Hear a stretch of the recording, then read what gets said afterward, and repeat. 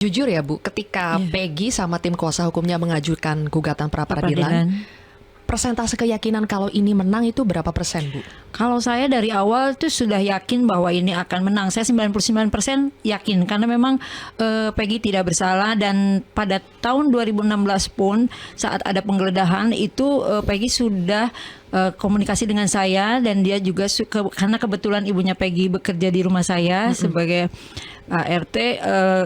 Peggy selalu konsultasi dengan masalah penggeledahan itu. Dia menanyakan, Bu, kenapa kok rumah saya digeledah gitu? Digeledah karena apa? Ya saya kan sedang bekerja di Bandung, tapi kenapa rumah saya digeledah? Katanya ada pembunuhan. Saya juga cerita sama ibunya itu. Pembunuhan itu kan yang mengatakan, saya yang dengar pada tahun 2016 itu adalah yang dibunuh itu anak polisi seperti itu, dan pembunuhnya bernama Egy. Saya bilang itu kan kalau dalam hukum beda satu huruf pun ya bukan orangnya gitu. Kalau yang dimaksud oleh masyarakat di situ yang mendengar bahwa ada ternyata pembunuhan itu namanya Egy, bukan Peggy. Saya bilang, emang kamu melakukan? Ya enggak Bu, katanya majikan saya juga berani kok bersaksi. Peggy bilang seperti itu waktu komunikasi dengan saya. Waktu polisi datang tahun 2016 Bu, yang dicari Peggy atau Egy?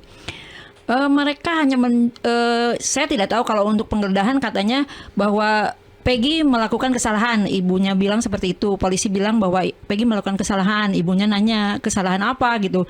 Yang satu katanya bilangnya Peggy punya hutang kepada saya seperti itu 3 juta. Yang satu bilang Peggy sudah membunuh orang gitu. Satu lagi bilang pokoknya Peggy itu punya kesalahan gitu, seperti itu. Dan motornya pun diambil. Makanya saya nanya, ada enggak surat penggeledahannya ke ibunya Peggy? Enggak nunjukin surat apa-apa Bu, cuma motornya diambil dua-duanya, dinaikin mobil. Dia bilang gitu. Kemudian ibunya Peggy nelpon lah kepada majikannya Peggy.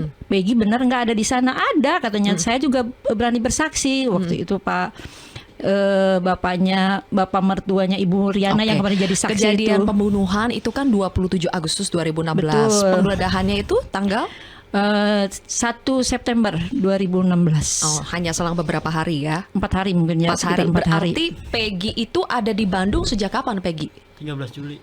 13 Juli. Itu 13. pertama kalinya ke Iya. Bandung. Oh, Oke. pertama kali mah 2014. Oh, Peggy boleh lebih dekat Oh, lagi iya. ke mic. Nah, Kalau pertama kali itu tahun 2014 ya, pertama kali ke Bandung. 2014 pertama kali ke Bandung, tapi sejak saat itu memang suka bolak-balik Iya, ya. benar, Bandung, benar, Cirebon, iya. Bandung, Cirebon. Di usia 15 tahun sudah bekerja sebagai buruh.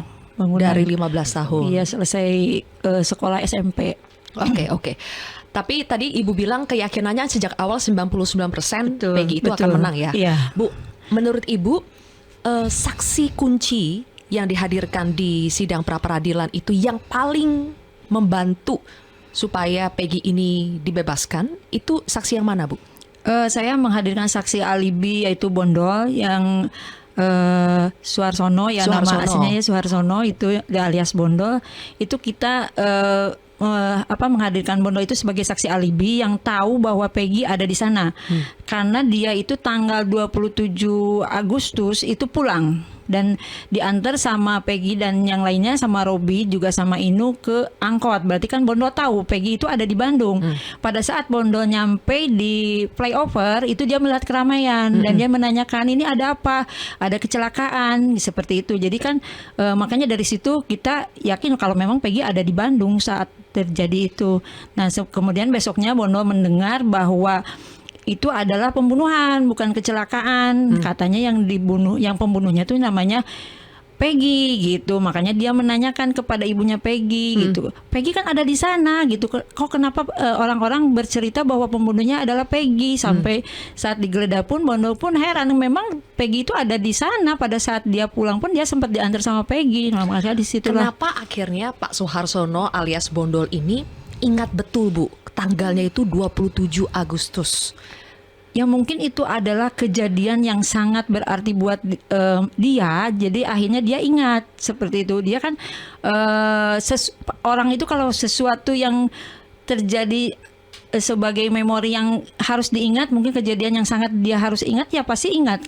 Kecuali kalau memang dia dalam tekanan seperti kemarin itu kan dibandingkan oleh polisi, Bondol kenapa pada saat di dipanggil oleh kepolisian tidak ingat, mungkin dia kan ada tekanan karena dia pas masuk ke Polda itu sudah ada tekanan, jadi dia tidak mengingat apapun karena dia di dalam pikirannya pengen cepat pulang, khawatirnya diapa-apakan di kepolisian. Mungkin itu adalah jadi pikiran dia itu tidak tenang masuk ke Polda, jadi tidak mengingat apapun. Oke.